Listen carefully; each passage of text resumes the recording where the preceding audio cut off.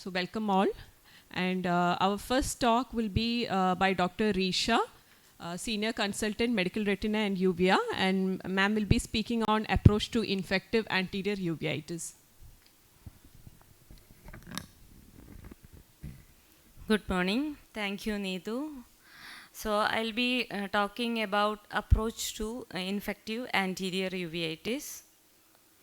Why identification of an infective etiology is important? Because prompt diagnosis and prompt treatment with anti-infective therapy is very important. Missing an infective etiology starting on steroids or immunosuppressive therapy can exacerbate an underlying infection, leading to blindness and even death of the patient. So the major objectives of treating an infective uveitis is alleviate the symptoms and signs, control the infectious process, and prevent damage due to inflammation, and prevent recurrences, and last, rehabilitate the vision. Now I'll show you one case of granulomatous anterior uveitis. On examination, IOP was found to be high. So we think about viral etiology. Most likely it will be like viral anterior uveitis with high IOP. On seeing the fundus, see nasal to retina, there is a retinitis patch with vasculitis, Chyleriasis vasculitis. So what it is? It's a toxoplasmosis, toxoretinochoroiditis related anterior uveitis can present as granulomatous uveitis with raised IOP. So proper ocular examination is very important. Don't label a case as anterior uveitis unless you see a normal fundus. Again, another case of anterior uveitis with pigmented cells and high IOP.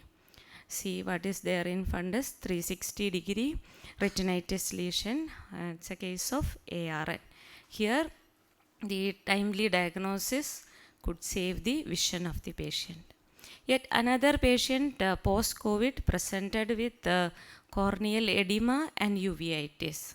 So that was a case of viral keratouveitis due to herpes simplex virus seen most commonly in post-COVID patients. The commonest cause of anterior uveitis due to infection is herpetic uveitis, usually present as pain and redness, circumscribed corneal edema with fine pigmented capes posterior to that corneal edema and with reduced corneal sensation. AC reaction can be mild to moderate with or without posterior synec, IOP usually raised. Diagnosis is mainly clinical.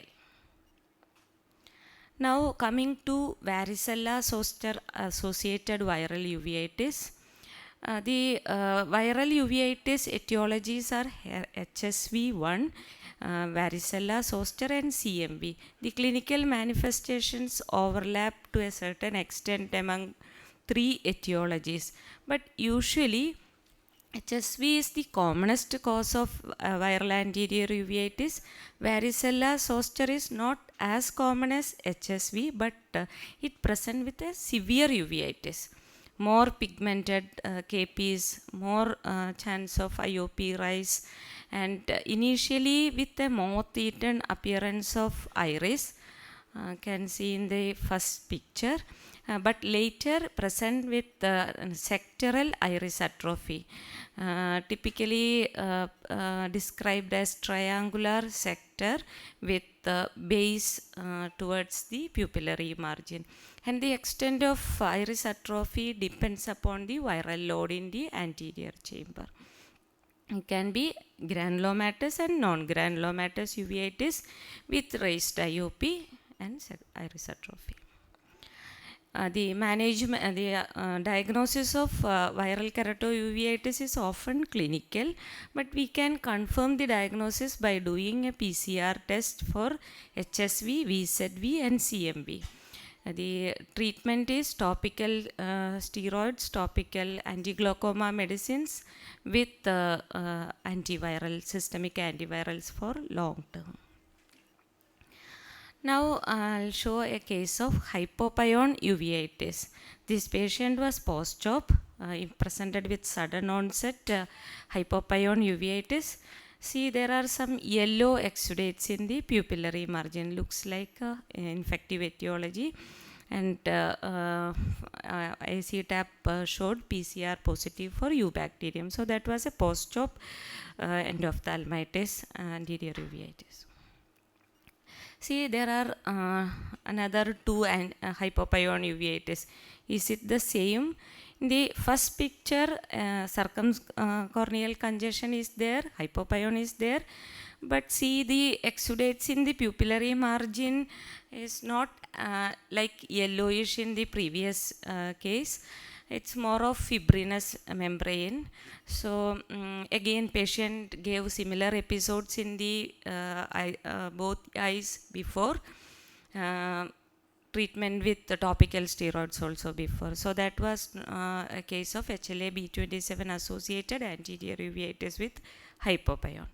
In the second case, again presented with a hypopyon, C. fundus, there is disc edema, retinitis lesions and vasculitis.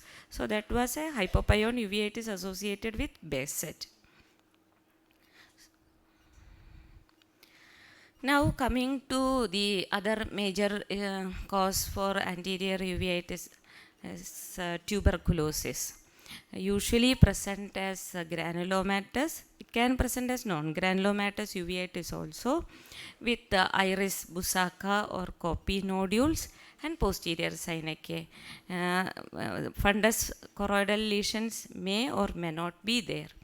The key features of TB anterior uveitis is granulomatous or non-granulomatous uveitis, broad-based anterior synechiae. See, this is a picture of broad-based anterior synechiae with ankle or iris granulomas.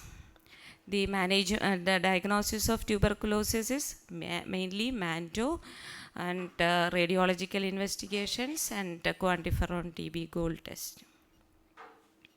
And management is based on Coates trial.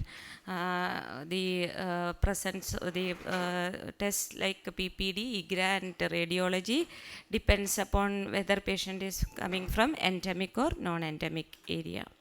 And ATT include HRZD for 2 months and HRE for 6 months in a case of anterior uveitis.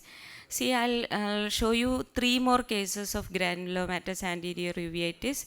The first one without broad-based anterior synechiae, only focal synechiae that released immediately with cycloplegics. That was a case of sarcoid uveitis. And second with sunset glow fundus, and third one with small cell carcinoma lung. Secondaries.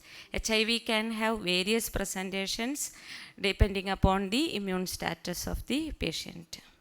See, this patient presented with anterior uveitis post rifabutin treatment. So that was a drug-induced anterior uveitis. Again, anterior uveitis with a cyst in the anterior chamber. It was cysticercosis. Leprosy is not very uncommon these days. Present with anterior uveitis with lepra nodules.